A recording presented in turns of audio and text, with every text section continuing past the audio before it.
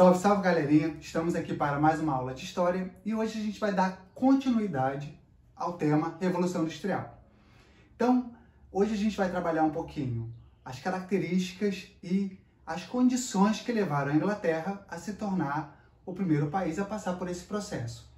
Então, é bom lembrar dois fatores que eu citei na aula passada que propiciaram a Inglaterra a passar por esse processo.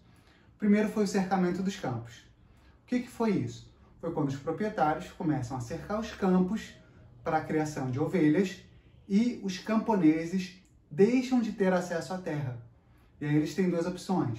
Ou eles iriam para os Estados Unidos, para o Novo Mundo, ou muitos deles foram para as cidades. E a partir do momento que eles migram para as cidades, eles se tornam mão de obra. E mão de obra barata e farta, porque eram muitos camponeses para um número pequeno de ofertas de trabalho. Então, esse foi um fator super importante. A existência de mão de obra, de pessoas para trabalhar nas fábricas e depois nas indústrias. Outro fator foi a Revolução Gloriosa, porque ela vai dar estabilidade política, econômica e social para que se organizasse na Inglaterra essa transformação econômica. Então, eles tinham mão de obra, eles tinham estabilidade política. Outra coisa muito importante, na Inglaterra tinham minas de ferro e de carvão. E são dois materiais extremamente importantes para a Revolução Industrial, principalmente na primeira fase, porque o ferro ele era utilizado para fabricar os produtos e o carvão, nesse período, era a principal fonte de energia. Então, hoje em dia a gente tem luz elétrica, petróleo, uma série de fontes de energia. Mas nesse período, a principal fonte de energia era o carvão. Então eles tinham estabilidade política, eles tinham mão de obra, e eles também tinham acesso a matérias-primas, o carvão e o ferro. E para completar esse contexto, a religião deles, eles eram puritanos. Na religião deles, que era um pouquinho diferente do catolicismo, na verdade bem diferente, a religião puritana ela é a favor do trabalho e ela não condena o lucro. Então, socialmente, era aceito que as pessoas trabalhassem muito e que lucrassem. Enquanto a Igreja Católica ela condenava o lucro, a usura, a religião deles valorizava o trabalho. Quanto mais você trabalhasse, quanto mais você se esforçasse, mais você estava se aproximando de Deus. Então, até a religião estimulava a produção. Então, eles tinham várias características, várias questões internas que facilitaram essa revolução. Um outro fator muito importante que a gente não pode esquecer foi que, como ato de navegação, houve um estímulo para a indústria naval inglesa. Então, eles eram grandes comerciantes internacionais e duas coisas que eles praticavam e que vai ser condenada mais lá na frente, no século XIX, foi a pirataria. Os ingleses eles eram grandes piratas. E segundo, o tráfico de escravos. Então, durante muitos séculos, a Inglaterra ela vai lucrar muito com o tráfico de escravos. E aí, lá no século XIX, eles vão lutar pelo fim da escravidão, porque já não era mais interessante para eles. Depois que eles passam pelo processo industrial, eles exigem do mundo que o mundo acabasse com a escravidão, para que ele pudesse aumentar o seu número de consumidores.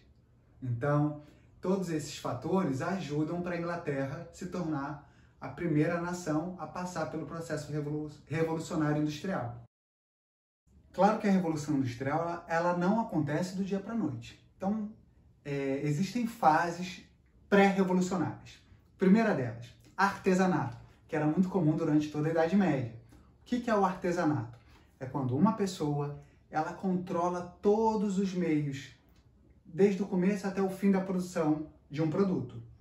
Então, essa pessoa, ela tem a matéria-prima, ela tem as ferramentas, ela tem a mão de obra e ela vende.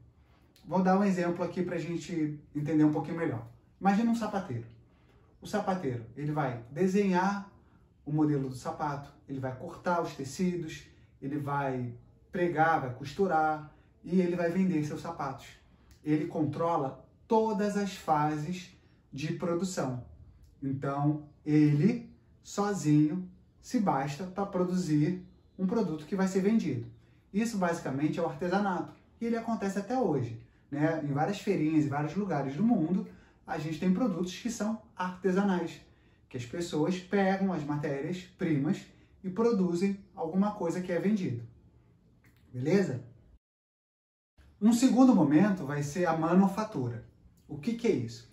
Esses comerciantes, vendo esse crescimento comercial, o que eles pensam? Vamos produzir isso em maior escala. Então, em vez de ter uma pessoa só produzindo, ele monta as oficinas e divide o trabalho. Cada pessoa vai fazer parte do produto. E aí ele oferece o local, ele oferece as ferramentas e em troca do trabalho ele vai pagar um salário para essas pessoas. Então antes, no artesanato, a pessoa ela é dona de todo o processo. Na manufatura, ela deixa de ter as ferramentas, ela deixa de ter a matéria-prima e ela oferece apenas a sua mão de obra. Então ela se torna um trabalho assalariado. Ele não controla mais todo o processo.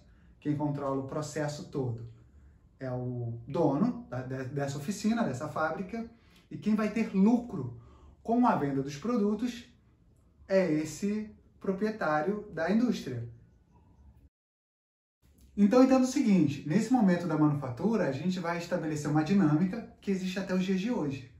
Um patrão que contrata outras pessoas que fazem esse trabalho em troca da mão de obra. Hoje, as pessoas, elas vendem a sua mão de obra.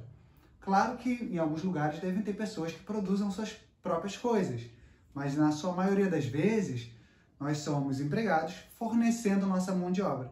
E a gente ganha um salário em troca desse trabalho.